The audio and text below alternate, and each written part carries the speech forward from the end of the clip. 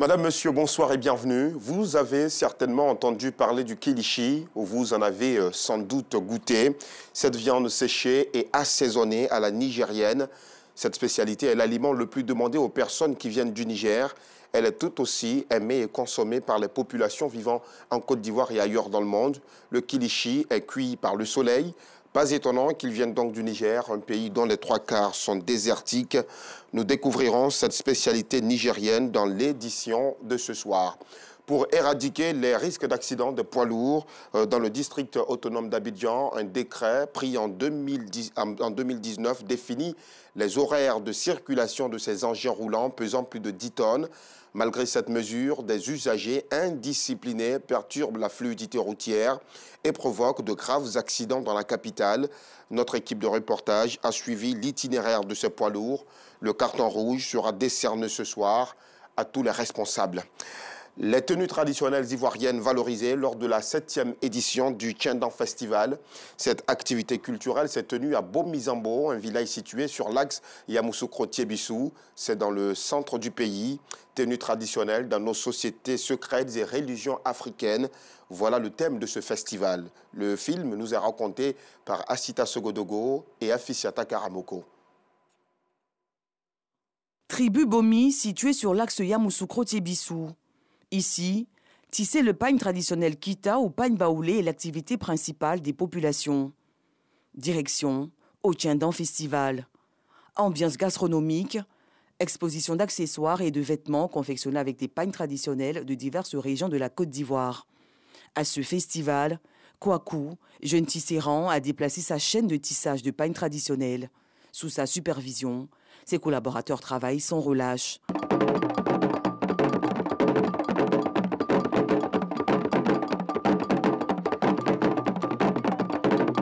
Kouakou nous donne ici les détails des différentes étapes de la réalisation du pagne baoulé. La production du pagne se fait en 6 étapes.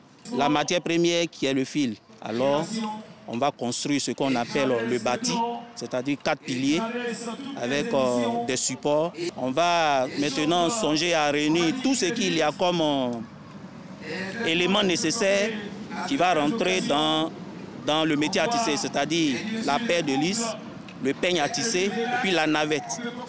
Lorsque vous avez cela, vous passez maintenant à la préparation du fil. Parce que tisser consiste à entrelacer fil de chaîne et fil de trame. On va former la chaîne d'abord.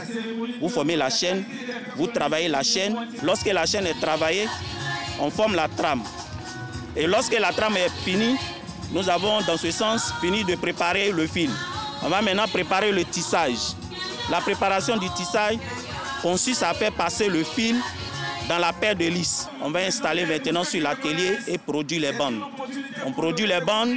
Lorsque les bandes sont produites, on va les associer. C'est ce qu'on peut appeler dans d'autres termes la couture ou l'assemblage des bandes. On assemble les bandes et on a le pagne à la 7e étape. Pour l'initiateur de ce festival et le président des jeunes de Bomizambo, valoriser la tradition, surtout le pagne traditionnel baoulé, est l'objectif majeur de ce festival. C'est de vraiment demander aux acheteurs de venir acheter le pagne traditionnel baoulé dans le peuple Bomi.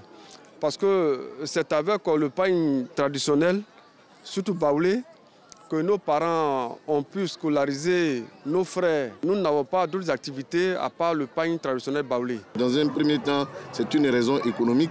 Dans un deuxième temps, c'est parce que nous avons eu envie de promouvoir la culture et les pratiques traditionnelles africaines et spécifiquement baoulé. Et le port du pagne traditionnel est une façon d'affirmer notre identité culturelle, d'affirmer nos habitudes traditionnelles. Tenue traditionnelle dans nos sociétés secrètes et religions africaines, c'est le thème retenu pour cette 7e édition du festival Tchendan de Bomizambo et Condé Yaokro. Nous rejetons totalement et sans réserve les résultats de l'élection présidentielle. Ces mots de Raila Odinga, le leader de l'opposition kenyane et annoncé perdant de la dernière élection présidentielle. Il déclare que les chiffres annoncés lundi sont nuls et non avenus. Pour rappel, le leader de l'opposition de longue date, âgé de 70 ans, se présentait à l'élection présidentielle pour la 5e fois. Selon les chiffres de la commission électorale, Raila Odinga a obtenu 6,94 millions de votes, soit 48,85%.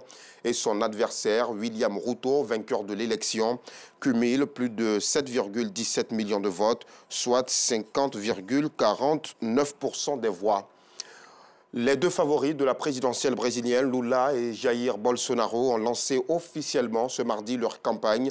Chacun a tenu à faire son premier meeting dans des lieux qui ont profondément marqué sa carrière politique.